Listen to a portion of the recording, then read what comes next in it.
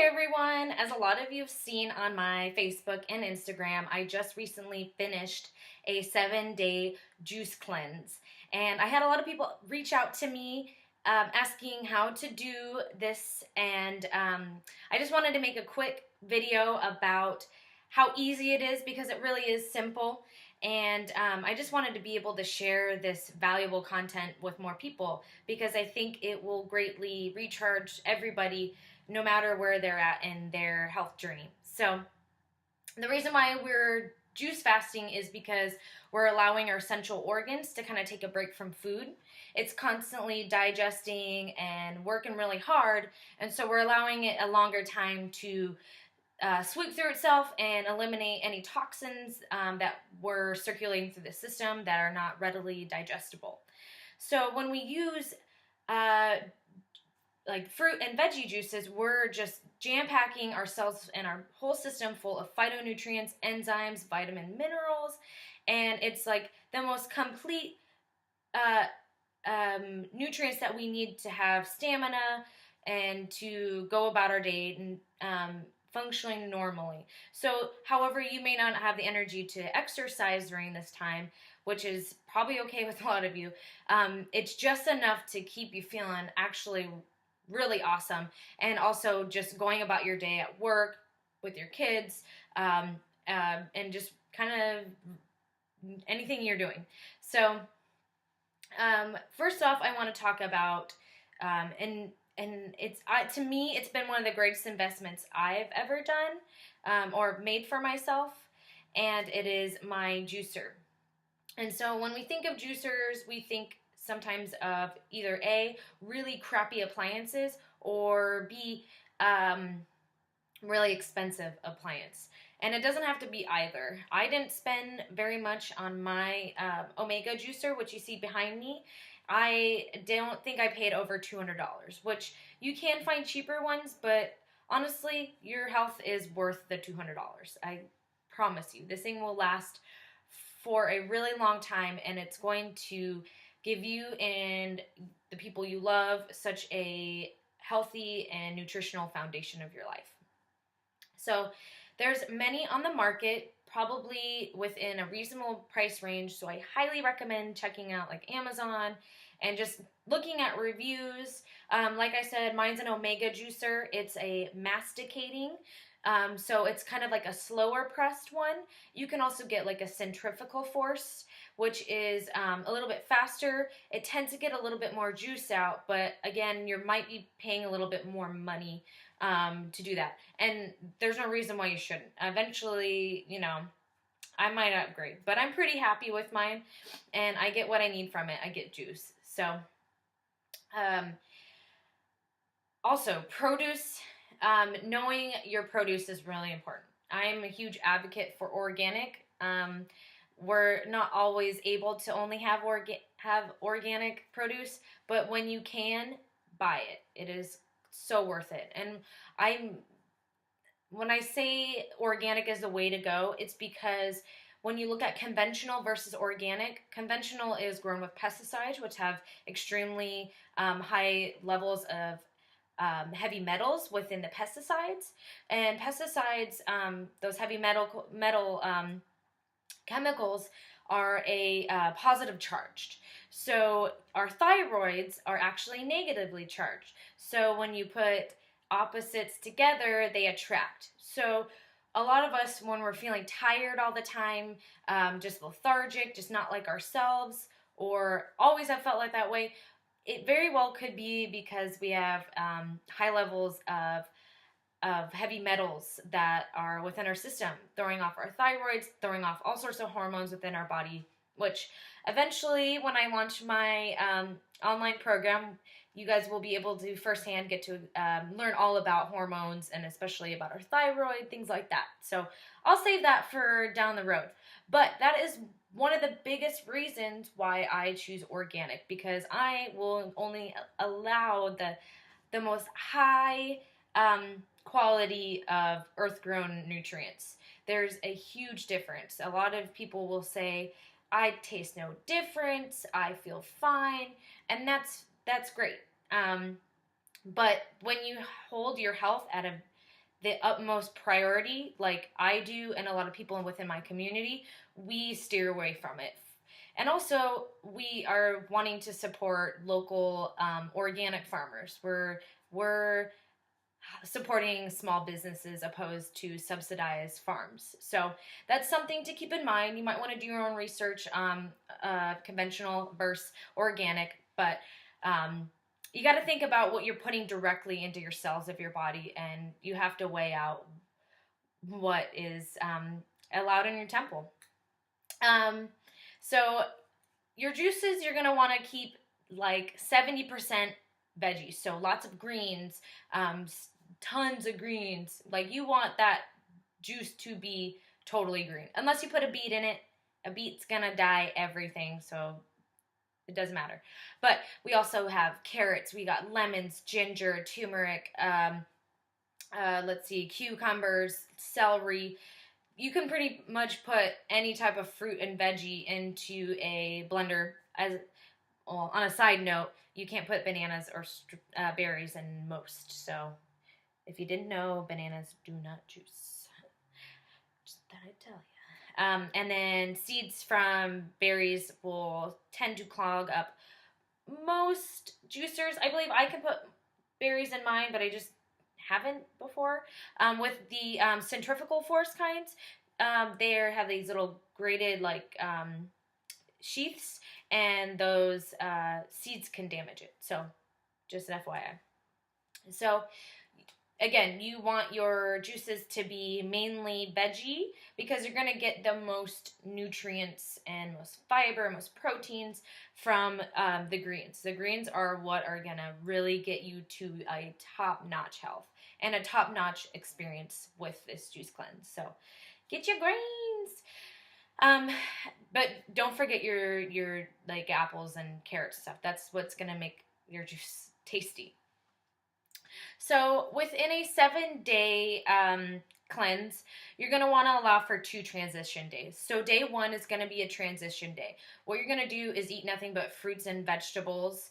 You don't have to like stick strictly raw. You can saute like your mushrooms and zucchini. You can eat like a vegetable-based soup.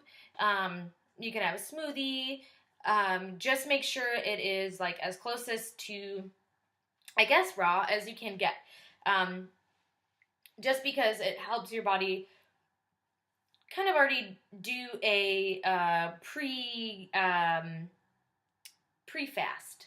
Fast is probably the wrong word, but you know what I mean. It helps your body get ready for this elimination period of all kinds. And then the next day is going to be 100% juice cleanse, followed through day 6.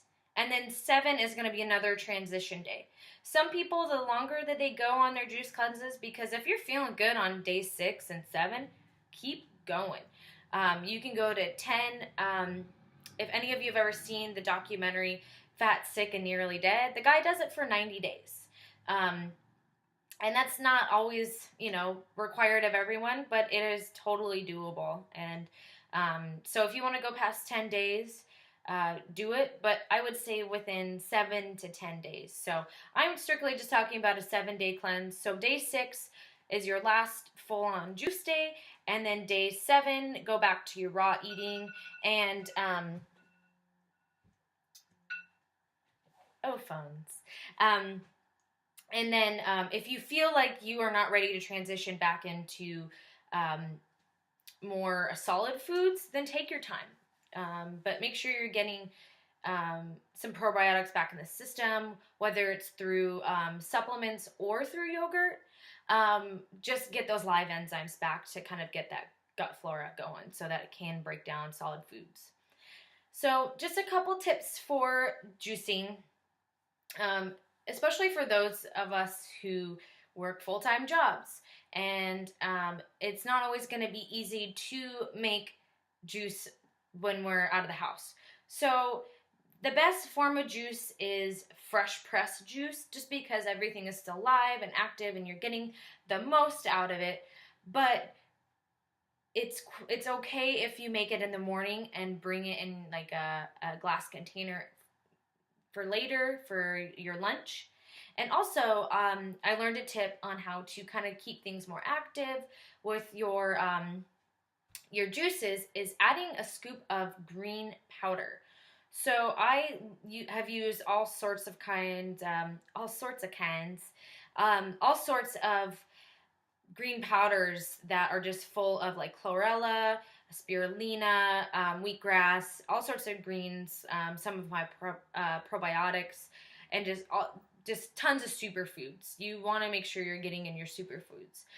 So that's another way to get more nutrients, but also to keep that juice really nice and fresh. So you can make your breakfast juice, and then also prep your lunch, your snack or lunch juice, and put a little scoop of that green powder in there, and that'll be really helpful.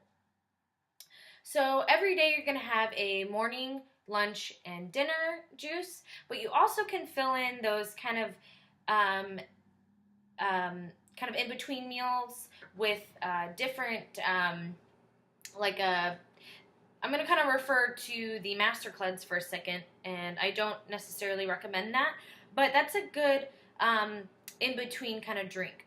Instead of using the maple syrup, what I did was lemon juice, a little bit of stevia, and then a little cayenne and a little honey. So I'm getting all good things. It's not much heavier than a juice, but it's something tasty and different to kind of get me through those transition times. So yes, you're going to want to drink a lot of juice. You're going to want to feel full. So if you're drinking a 12 ounce, maybe even a 16 ounce of juice, you may not be getting enough. I would say you're going to want to drink almost half your body weight in juice. I know it sounds like a lot, but if you can reach that, and you can also add water into that mix, because you need to hydrate during this. That is going to flush everything out, all the toxins, all of that stuff. You have to keep hydrated, and we'll talk a little bit about water in just a moment, but you're going to want to drink a lot of juice, because if you don't, I experienced this a little bit on one of my days. I just felt hungry all day, and I had been going so well on this whole process. I just wasn't drinking enough juice, and I maybe wasn't drinking enough water either. So make sure you're drinking a lot of juice and you're drinking a lot of water. You're going to have to go to the bathroom a lot, but hey, we do some crazy things to get our body in the utmost state. So I would say towards the end of your cleanse, like day 5, 6, and 7, make sure you're introducing probiotics. And if you're having a little bit of a problem being regular, which happens, or you might not have a problem at all because you're just flushing through everything, look into a senna tea, I believe, and that'll help kind of just loosen things up and get everything flowing if you're a little clogged up. And that's perfectly normal if you are. I said we were going to get back to water, and water is kind of one of those things that is kind of related to organic produce. Myself and a lot of people in my community will only accept the most high quality of H2O. If you don't already know, our public water is normally filled with chlorine and fluoride, which actually decay a lot of our hormonal systems. That, again, is something I would love to go over in my online program that'll be launching later this year. But it also has been known to been linked to disruptors in the reproductive system. So if you're wanting children, I'll just stop there. It is best to get the most quality water that is going directly to our cells, completely hydrating, because hydration is so key to optimal health. If you are not hydrated, which majority of people at least in our country, most populations are not hydrated. And when we're not hydrated and not hydrated with the proper kinds of water, we are not reaching our fullest potential. We're in a haze. We're kind of robotic like. We don't feel good. We tend to want to sleep more or eat worse. We think we're hungry when we're not. It is a snowball of effects when we are dehydrated. So keep hydrated on high quality water. So high quality water in my eyes is either you can find a natural spring, which if you're living in the city might be a little bit harder, but there's resources online to find like really high quality spring water, which a lot of us may not do. I grew up in a town where right outside of it there was a spring. We filled up jugs. So there's an option. Secondly, you may want to look into a osmosis filter, either one to hook up within your house or just find a dispenser, which I currently use here in Seattle. It's I don't remember what it's called exactly, but there's like a penguin on it. They hang out. They're like big water dispensers outside of like Safeways or different grocery stores that kind of show the different kinds of filtration that they do. And that's a really great option. Osmosis is excellent. I recommend that. I just suggest to you, I really want this to hit hard for you. Tap water is not hydrating us the way we want it to. It is water, but there's so many chemicals in it that it's actually just putting a huge damper on our whole system. So if you can, which you can, you have resources, get reverse osmosis water. Invest in a big water jug and then maybe a dispenser. You can use it forever. This whole system is not supposed to cost you a whole lot of money. This is you investing in your health. So organic produce, clean water. That's what we're wanting to do.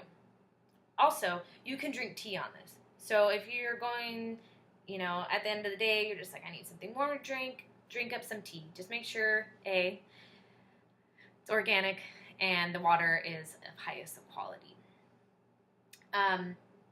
Lastly, I want to close on is it might be rough for some people the first 3 days. 3 days is usually when people start hitting their stride, and break through those barriers. Just remind yourself why you're doing this and why it's going to pay off so much in the end. You're going to want to eat sometimes, and if that eating urge is just so high you can't surpass it, you have two options.